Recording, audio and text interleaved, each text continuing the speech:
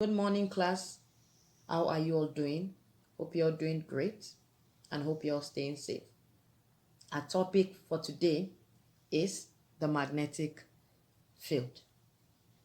A magnet can attract a piece of magnetic material without touching it, which means when you bring a magnetic material such as a steel paper clip and you have a bar magnet or any type of permanent magnet, without it touching each other, they get attracted to each other. Why is this? This is because of something called the magnetic field. A magnet is surrounded by a magnetic field. In this field, when you put any magnetic material, it will get attracted to the magnet. So, what is magnetic field? A magnetic field is the field around a magnet in which there is a magnetic force. So around a permanent magnet, there is something called the magnetic field, which has a force of attraction. Therefore, because of this force of attraction that is surrounding a magnet, when you place any magnetic material in this field, it will get attracted by the magnet. A magnetic field is invisible, but it has a shape. So the question is, if magnetic field is invisible, how do we know the shape? Now, there are two ways to show up the shape of the magnetic field around a bar magnet. The first way is the use of iron fillings. We place a bar magnet on a flat surface and then put some iron fillings around the bar magnet. Those tiny pieces of iron fillings will cluster together and line up to show the pattern of the field.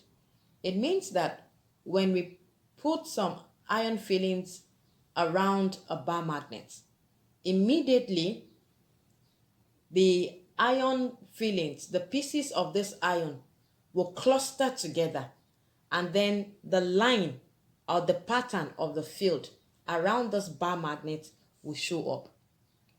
Another way to show the shape of a magnetic field around a bar magnet is by the use of small compasses called the plotting compass.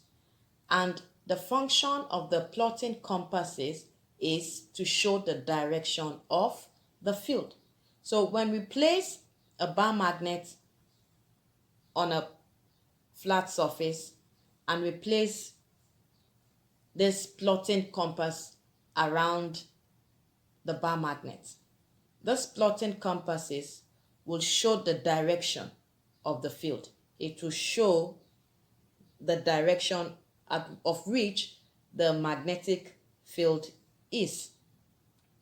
So, we can represent the magnetic field of a magnet by drawing a magnetic field lines, because these lines are imaginary lines. So it means that the magnetic field can be represented with lines.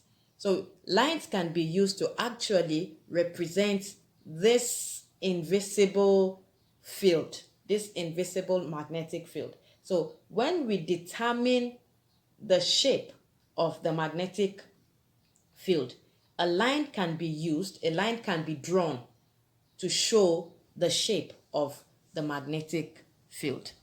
So a magnetic field line starts from a North Pole and then ends up at the South Pole. They show two things about the field. The magnetic field lines shows two things about the field. First, they show the arrow, the direction of the field, or rather, the arrows shows the direction of the field. Also, where the lines are closest together is where the field is the strongest. In summary,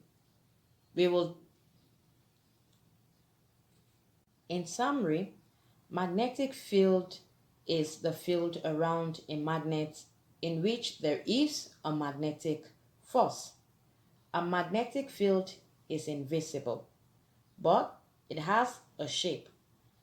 We can use iron filling and the plotting compass to show up the shape of a magnetic field around a bar magnet.